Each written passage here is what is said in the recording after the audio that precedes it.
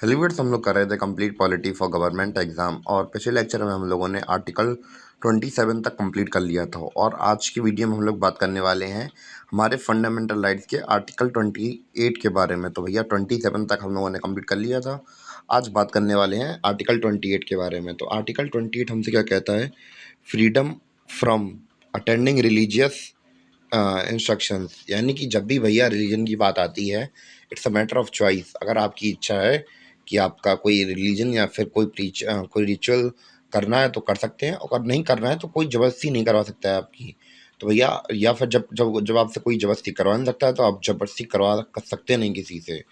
तो बस यही है कि मान चलिए कुछ लोग होते हैं, कुछ लोग 5-5 घंटे 10-10 घंटे बैठे रहते हैं, भैया भगवान हाय ये हो जाए वो हो जाए फलाना हो जाए ढिकाना हो जाए। आदमी डरा हुआ है, सही बताएं तो बस उसे यही लगता है कि कैसे भी करे भगवान मदद कर दे। खुद तो लड़ नहीं पाएंगे कि भगवान नहीं कहते आपसे कि भैया हमारी पूजा करो। आप बस उन्हें एक बार मन में याद कर लो, एक बार उतना काफ़ी है उनके लिए। ऐसा नहीं है कि ढोंग करने की जरूरत है 10-10 घंटे 5-5 घंटे बैठ रहे हैं। या फिर आप दिखा रहे हो, दूसरा अगर आप नहीं दिखा रहे तो आपको डर लग रहा है बहुत ज़्यादा, तभी आपको सारी जरूरत पड़ रही है। ठीक है, तो हमेशा इतना भगवान के लिए करो, इतना टाइम दो। भगवान भी यही कहते हैं भैया अपना कर्म करे जाओ, फल की चिंता मत करो। तो बस अब तुम कर्म करने जब भगवान की पूजा कर रहे हो, भगवान कुछ करवा दो कुछ करवा दो। अब भगवान ने कह दिया ये कर्म करो अपना, कुछ फल की चिंता मत करो, इतना टेंशन लो डरो, टेंशन ज़्यादा लो नहीं, इतना काम करते रहो अपना। बस यही कहना भगवान का।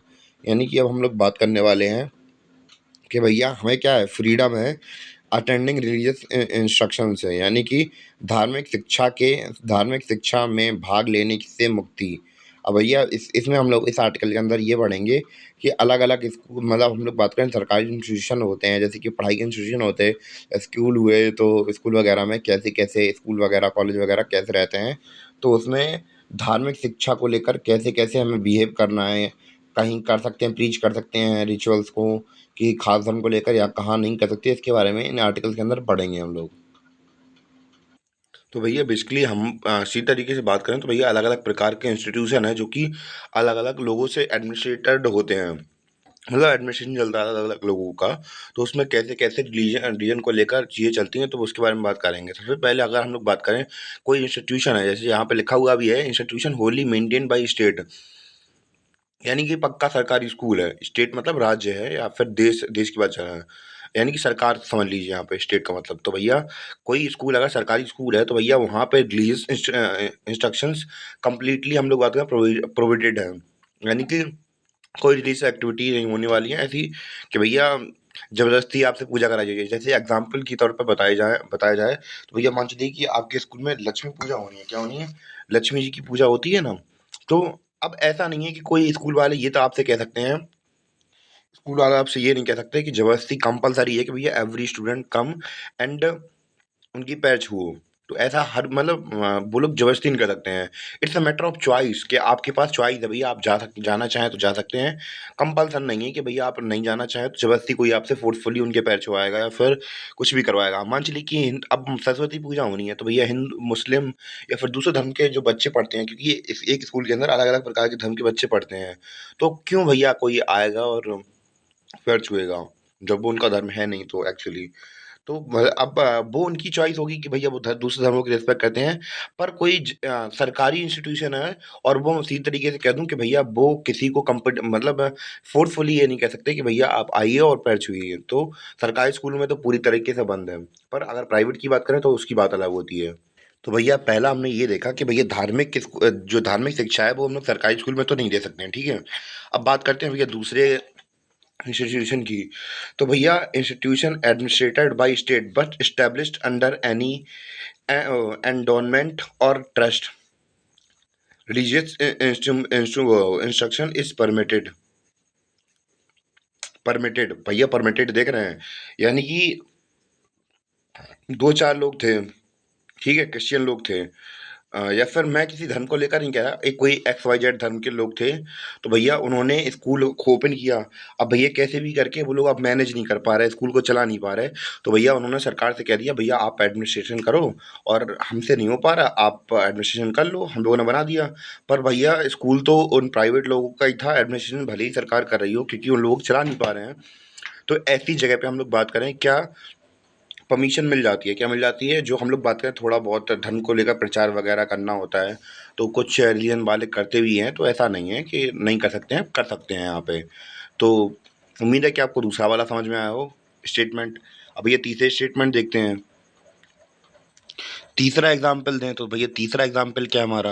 Institution recognised by the state.